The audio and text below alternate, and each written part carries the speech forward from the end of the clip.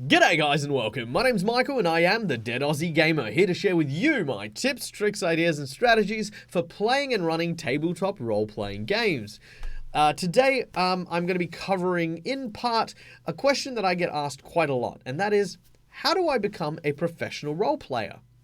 Well, first of all, you need to know that the difference between a professional role player and a regular role player are very little. A professional role player is, apart from being a role player, is also generally a performer in some way. Unlike when you're at the table and you are out to amuse yourself and entertain yourself, when you are on a professional scale, you are there to also entertain others. As a game master, I'm not unfamiliar to this style of gameplay. So when I take the player's seat, I become what I like to call a roleplay ringer. Someone who still maintains that attitude of a GM, where I am trying to further the story, I am trying to bring out the best in my fellow cast members' characters, and of course, still portray a very believable and very immersive character myself. By doing these three things, that's what I suppose the main difference between a role player and a professional role player has to be. But becoming a roleplay ringer is definitely a difficult task, something that definitely has its do's and do nots when it comes to the table. The first thing we're going to be doing is we're going to be talking about some of the do's. What should we do? And the first thing I've got to say is do create a very interesting and key character that works well with the narrative, your teammates, and individually, in that order.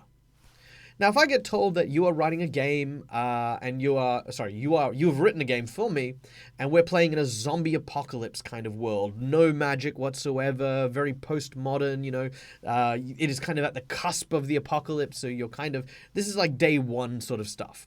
What type of character do I make? Well, straight up, my character needs to have some sort of investment. The world has ended and something needs to be achieved. He needs to work towards something. So perhaps my character was a police officer. Fantastic. I'm going to go with my character as a police officer. I'm definitely going to have some investment in trying to solve or trying to fix this problem, or even just trying to protect the public as best I can. This is my duty, this is my job, and I feel like even in the apocalypse, this will be my responsibility. With a connection to the narrative, I then now need to look at the rest of the group. Now, sometimes you might want to design the character first and then squeeze it into the group. That's fine, and that works really well. To be a great roleplay ringer, find out what everyone wants to play first. Take that moment to let them decide and piece together the cast, and then find out what cast member would fit well. Let's say that I was really hinged on playing this police officer. It's a great idea. It's awesome for a zombie apocalypse. But then we've also got a firefighter, we've got a doctor, we've got a librarian, and another police officer. At this point, we could discuss and we could say, hey, what if we were partners? You were my guy, my character's partner. We worked the beat together, and we're just happy that each other survived. Maybe you're my wife, and we're both cops. Or maybe I want to play something different and change my angle. So instead of, say, a police officer, my character was an ambulance driver. So again, I still have that same investment that I wanted to attach myself to the narrative, but at this time, I'm now connecting with the group. Once you've decided how your character fits in, like where exactly you want to place this character in, you then need to tie your backstory into that character. So let's go with the group, and I'm the police officer. I feel like, this other police officer we'll just put to the side for the moment. So I have a fireman, a librarian, a doctor, and myself. How do I connect to these people? Well, the firemen, perhaps, I might approach them and say, hey, what if you had been called to an emergency and you were there with the doctor at the same time? My character was in an accident, which is why I was actually trapped in the hospital that you are bringing survivors. So when I wake up, you're the one kind of in charge and rallying people together, and I'm sort of there to help back you up. At this point, I'm not sort of standing up and saying, hey, yes, no, I'm going to be the leader because I am the cop and therefore I have authority. I am in charge. Instead, what I'm looking at doing is I'm going to have my character further your character. Your character as a firefighter is great. People love firefighters. They're amazing people and they perform an awesome public service. What if I were then making you the leader and just helping you by, acting as your right hand or acting as someone who supports that? I now have a connection to the firefighter. As far as the ambulance person goes, the doctor goes, it's like, well, what if the doctor was a friend of the family? What if you knew my wife and you were both friends? And what if, that's something that I'm worried about? I thought maybe you would know where my wife is and that could be something I chase after and something I look for. And then the librarian. What if the librarian plays a very scared character? Someone who doesn't know how to handle this intense zombified situation. Well, all of a sudden, I have a connection to you. I want to protect you because I am a public servant and this is what my job is, to protect the peace and well-being of the civilians. So now my character has connections to all the group. I have a vested interest in their success, their health, and their safety. So, connection to the narrative, connection to the party, connection to myself. What is my goal? Now, as I've already mentioned, I could go to find my wife. Where has my wife gone? What has become of my family since this apocalypse has happened? I need to find out. I now have my goal. For a game master, those three things being addressed means that you are not going to ever cause a problem. You are going to be something that the GM is always going to know. If I'm doing my main plot, this character is going to follow. If I put any of the other players in threat or in danger, then this player is going to help. And if I want to pursue a unique story for that character, I have some bait that I can use to guide and lure them through the adventure. So those three things help you become a roleplay ringer. Let's go to some of the do-nots. What are some of the don'ts? Well, while being a good role player is all about being dramatic, it's all about, making a big presence, making sure your character has meaningful engagements. The opposite can also be true, where rather than trying to bring the spotlight onto the narrative or bring the spotlight onto other players, we bring the spotlight onto ourselves at moments in which we do not deserve it. How do we do that? And what am I talking about?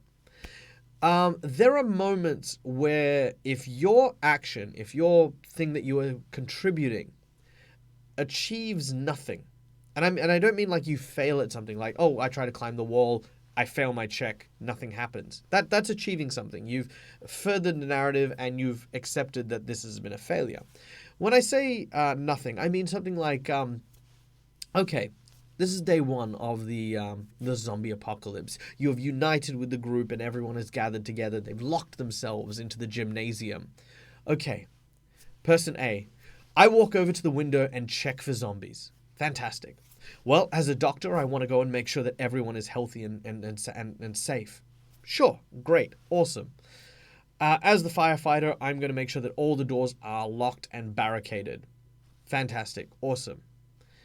As a police officer, I'm going to reach into my pocket and I'm going to read the note that my wife left me. Now, while you as a role player might think that that is really juicy and really tasty, that for me oversteps the boundary of the player. And I have done this before, and it's not great, but it happens, and the more savvy GMs will catch you out doing it. But what it actually does is it holds the GM hostage. It says, you need to now stop any plans that you have and engage with me. Now, this is negative spotlight manipulation because you're trying to bring the spotlight on yourself and you're not really giving anyone a choice. You're not really making anyone, allowing the game to flow. Now, sometimes this can be great. This could be like, my character is going to sit off to the side and contemplate the gravity of the situation. That's fine. The GM can then take something with that. They can be like, okay, someone approaches you. They can be like, okay, you look really miserable. Hey, everyone else, this person looks really miserable. Or they could be, in that moment, you remember something that sort of makes you feel a bit better. There's lots of options there. But saying that I've got a note means that the GM then on the spot needs to come up with something to engage what you have done, which doesn't work well. The second type is where, and I know a bunch of players do this currently in a bunch of things that I'm running at the moment, but when you choose to fail intentionally to create drama. Now, I know this is kind of weird because a lot of people are like, oh, well, people cheat, and that's my biggest problem because people are rolling and then they're like, oh, yeah, no, I got a natural 20. Look at that. I equally know just as many people who try to create drama to help the GM, to try and help make the scene more exciting by intentionally failing those rolls. By sort of going, oh no, I failed my basic climb check. Or, oh no, I failed to notice that the back door of the gymnasium was left open. I'm so sorry, I just failed. Now, if you genuinely fail, sure, fantastic. But I've seen scenarios where the GM has said, okay, cool, what does your character do? Well, my character doesn't notice that the back door is open and will shout loudly, have we made sure the place is secure? Is everyone safe? Is everyone here? Can we do a head count? Now, again, very similar to the letter, that is a player trying to manipulate the game master into coaxing a response. So you don't want to be doing this. If you want to fail, you will start to communicate to not only your GM, but your fellow players as well, that you're not really there for the game, you're more there for the drama. And that in itself, when you become the center of that, you become a target. And players will start blaming you for stuff. Like, why didn't you check the back door? I mean, your character and you just acknowledged that you knew it was open. Or, why are you making such a loud noise? Your character knows that we're in a zombie apocalypse and we're hiding from the undead. These questions come into mind and it becomes a case of, no, your character is sabotaging our group. So these elements that work in a game can be very toxic and very negative. If you want to create drama, going back to the do's, if you want to create drama, what you want to do is you want to make sure that you react to things. You have those moments where there is a tangible reaction that just doesn't engage yourself, but engages everyone as well. I had a moment on the Ghost of Saltmarsh adventure in one of the very, very early episodes where we were, sort of being attacked by another ship and there was this wave crashing everything. Everyone was kind of in danger and there was this huge ship that sort of fell out of the sky towards us. My GM then turned to me and said, "What do you do?" At this point, it was well, I can't really do anything else. Anything I have to say at this point would be a waste of everyone's time, so I'm going to engage one of the other players. So I engaged the person at the helm. I had my character go, "On your port side, look out!" Even though that didn't mean I did anything, it meant that I now threw the ball to that player, and that player could then have that scene where they could go, "Ah!" Now they're reacting to the stimulus and they're moving along. That is being a roleplay ringer. That is encouraging the other players to also react even when it's your turn. Because the value of your turn is no longer just measured in how much damage you do or how many actions you take. It's about what happens with the story. What is developed here? We develop a relationship between these two characters. We develop a sense of danger and dread from the encounter that the GM has made. This is what it is to further the story and to enhance it, not to drag the spotlight onto yourself and cause drama. Two different things. The last thing for being a great roleplay ringer, and I think this is probably the most important thing of all, do not internalize your character. Don't have your quiet monologues. Don't come up with plans and not tell anyone. If you can come up with an idea and express it to everyone, then you have successfully done the roleplay ringer thing. Now, there's a couple of times where through Ghosts of Saltmarsh and other shows, I have tried to communicate my plan by explaining the ingredients, I suppose, to the recipe that's going on in my head, but at the same time haven't put it all together because, well, I mean, when you're live, you want it to be a surprise. So, for example, in the latest episode of Ghosts of Saltmarsh, which I believe is episode 11 if you're watching this late, my character had a plan that involved a bunch of iron rods in the middle of a storm. Now, I didn't so much as say what my plan was, but by saying that, you know, in the middle of the lightning storm, my character rushes below deck and picks up a bundle of these iron rods, it is my hope that they piece that together. Sometimes that works, sometimes it doesn't. Sometimes you need to say, oh, my character is going to build a lightning rod. Therefore, I go to the bottom of the deck, I pick up a bunch of iron rods, and I return to the top of the deck. That little moment where you explain your actions or explain your plan means that you invite the other players to engage with it and engage with you.